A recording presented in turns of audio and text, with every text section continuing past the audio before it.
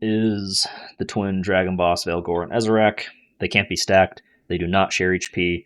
If one boss has less than 10% HP than the other one, it starts doing more damage. The raid should always be in between these bosses, like literally in the center of the room at 99% of the time during the boss fight. Um, and also, most mechanics are going to go through the center or in the center.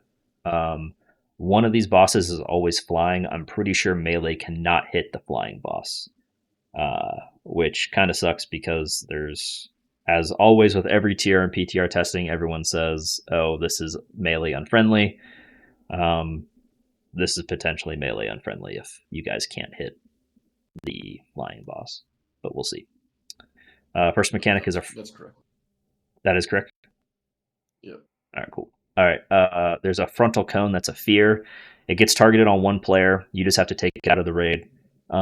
It did fear in PTR. The video I'm going to show you, he gets feared, but it no longer says it's a fear in the dungeon journal. So I'm not certain if it's stayed that way. Tanks, you just get a tank beam. Just don't put it in the middle of the group, obviously. There's going to be little purple circles that literally every single person in the raid gets, including a tank. And they're going to spawn these little orbs that do a cast.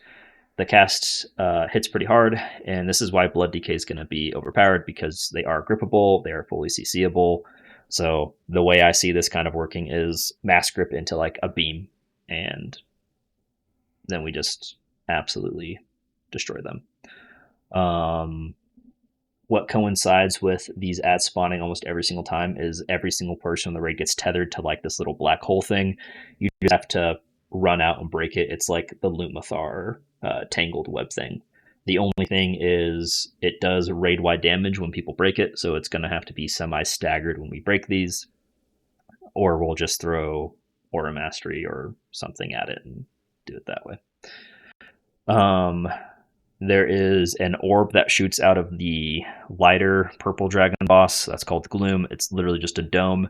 We have to soak it, and it shoots across the room. And whenever it hits the edge of the room, it makes a area of denial circle based off how frequently we soaked it.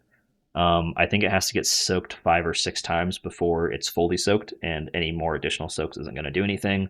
And this is one of those mechanics where if you soaked the odd number 1, you cannot soak the even number 1. This is pointed, so whichever tank is holding Ezzorak is in charge of making sure this goes through the raid. When we do shoot this thick and crazed, there has to be a gap between where the first gloom ends and the next gloom ends, and so on and so forth. If they overlap, it makes the next circle grow exponentially larger. Okay, so I don't think we're going to run out of room unless the glooms shoot out a lot faster than what they did in PTR. So I would just tell you guys to not make any unnecessary aims that we don't need, especially on heroic. We can use the entire room. We don't need to min max this gap. Does that make sense to you guys? Yeah. Cool. All right. Last thing, intermission. Both bosses go flap, flap, and fly away. There's going to be a new void guy that shows up here. The way we're going to deal with this is we're just smacking the shit out of this guy. He has actually a fuck ton of health.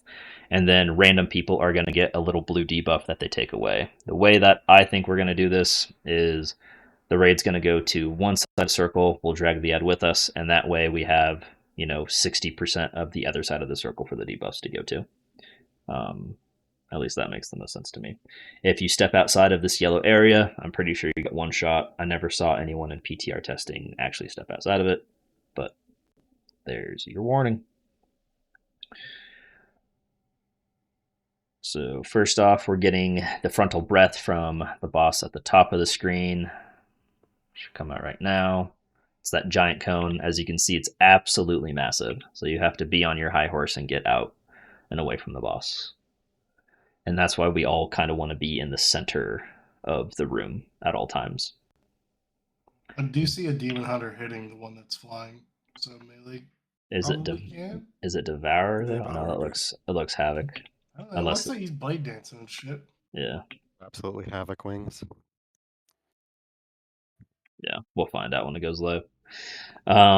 This is the little purple mechanic that drops orbs, and this is why again blood decay will be absolutely broken. These are the tethers. This is the blue circle you have to get out of to break your tether. And all of these orbs is a cast that goes off, kick them, and just absolutely destroy them. This comp did not have a blood decay in it, so we're not going to be able to see it. So another dread breath is going to happen. Point it away, and this is gloom. Tanks are pointing this one on the right side of the screen. You'll see it's purple to start with, and then it'll become more blue. Once it becomes more blue, that means it's been soaked the maximum amount of times, and it'll be the smallest the circle can be. And yeah, do it all again. We get tethers here while we drop circles, break the tethers, kill the circles. We'll skip to intermission now because there's really nothing else. This little void spawn thing at spawn or comes up. Stay inside the yellow circle. Take your debuffs away. I don't think it's a dispel, but maybe I'm wrong on that. They just time out, I think, over time. And that void ad does have quite a bit of health.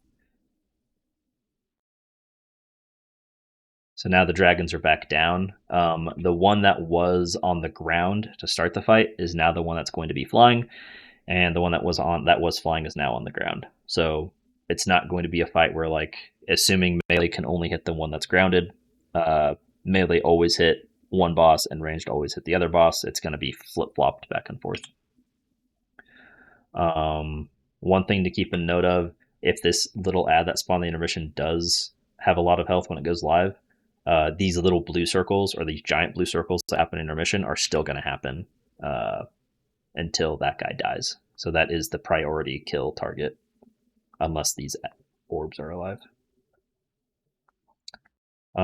We've already looked into how these orbs spawn as well. Those little orbs from the purple circles, it should spawn on a cadence where we can use 2 blood decays and mass group it every single time. This is fucking up gloom tanks. So you see how this gloom stopped at the edge of the circle of the other gloom, and how much larger this circle is because of it.